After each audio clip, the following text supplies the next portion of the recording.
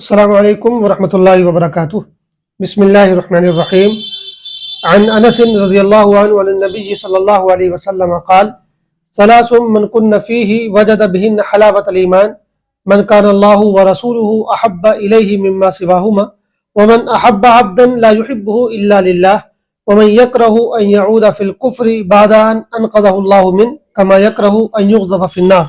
وفی روایت ثلاث من کن فیہ وجد حلاوۃ الایمان وطعمہ ان یکون اللہ ورسولہ احب الیہ مما سواہما وان یحب فی اللہ ویبغض فی اللہ وان توقد نار عظیمۃ فیقع فیہا احب الیہ من ان یشرک باللہ شیئا۔ رواہ البخاری و مسلم۔ حضرت انس رضی اللہ تعالیٰ عنہ روایت کرتے ہیں کہ نبی کریم صلی اللہ علیہ وسلم نے ارشاد فرمایا، تین چیزیں جس شخص میں موجود ہوں گی وہ ان کی وجہ سے ایمان کی چاشنی کو پالے گا، ایمان کے مزے کو پالے گا۔ یعنی ایمان تو بہت سے لوگوں کے پاس ہے، لیکن ایمان کا مزہ تبھی آئے گا جب یہ تین چیزیں اس کے اندر پائی جائیں گی۔ بالکل ایسے ہی ہے جیسے مثال کے طور پہ ہمارے پاس کوئی پھل موجود ہے، سیب ہمارے پاس موجود ہے، تو سیب تو ہمارے پاس موجود ہے، لیکن سیب کا مزہ کیا ہے، اس کا ٹیسٹ کیا ہے، اس کی چاشنی اور لذت کیا ہے، یہ اسی وقت محسوس ہوگی اور اسی وقت ہمیں معلوم ہوگی جب ہم سیب کو کھا لیں گے۔ جب تک سیب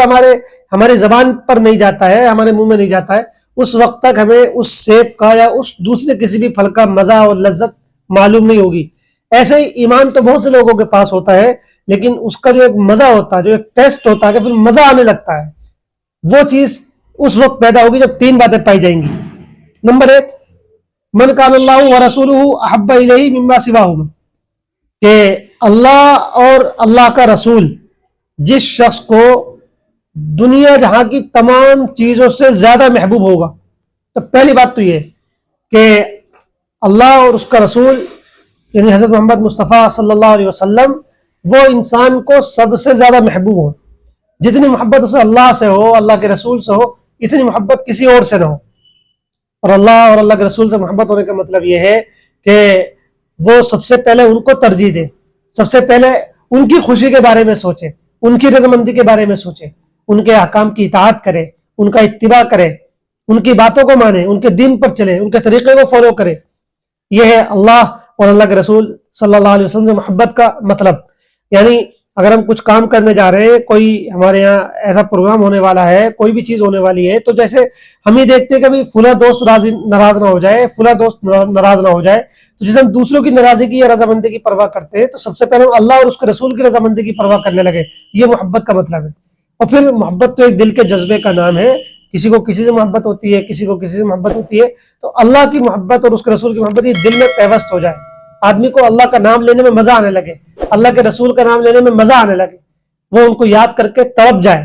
ان کو یاد کر کے اس کی آنکھوں سے آنسو رواں ہو جائے، ایک ایسی محبت، ایک ایسا تعلق ہو جائے کہ ان کے ذکر کے بغیر اس کو چین نہ آئے،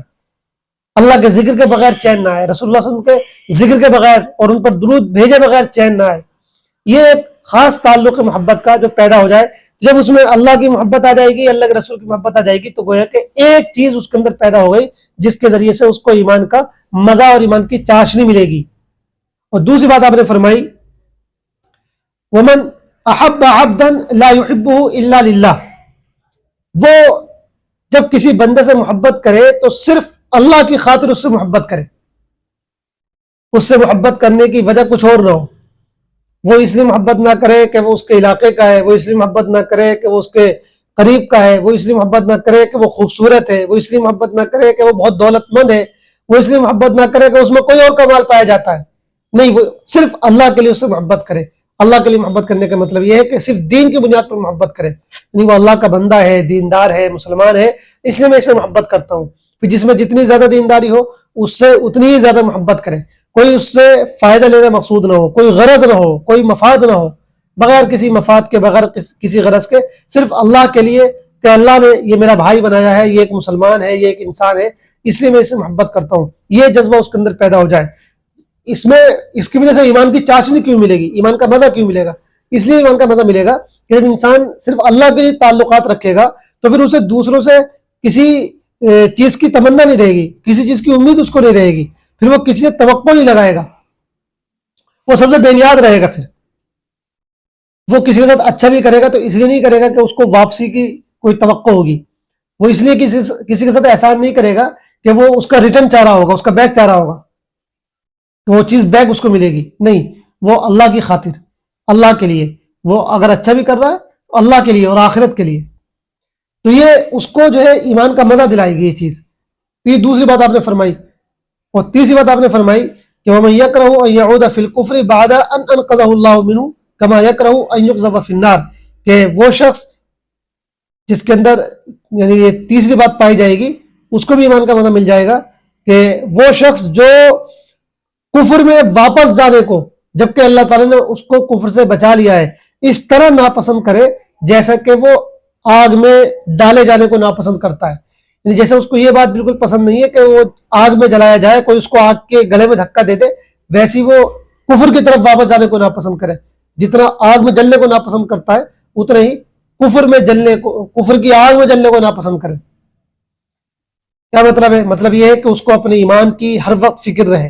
وہ ایمان کی حفاظت کی فکر کرتا رہے، ایمان کی طرف سے غافل نہ ہو۔ یہ نہیں کہ ایمان مل گیا، مسلمان ہے تو ہمارے پاس ایمان باقی رہے گا، ہم مسلمان باقی رہیں گے، نہیں، وہ ہر قدم پھونک کر اٹھائے، ایک ایک چیز وہ دیکھتا رہے کہ کوئی ایسا کام تو وہ نہیں کر رہا، کوئی ایسی حرکت تو اس سے نہیں ہو رہی ہے، کوئی ایسا عمل تو اس سے سرزد نہیں ہو رہا ہے جو اس کے ایمان کو چھین لے۔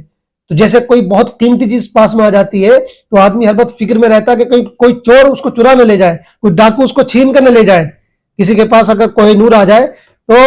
وہ کیا کرے گا؟ وہ یہی کرے گا کہ اس کوہ نور کے ہیرے کی ایسی حفاظت کرے گا کہ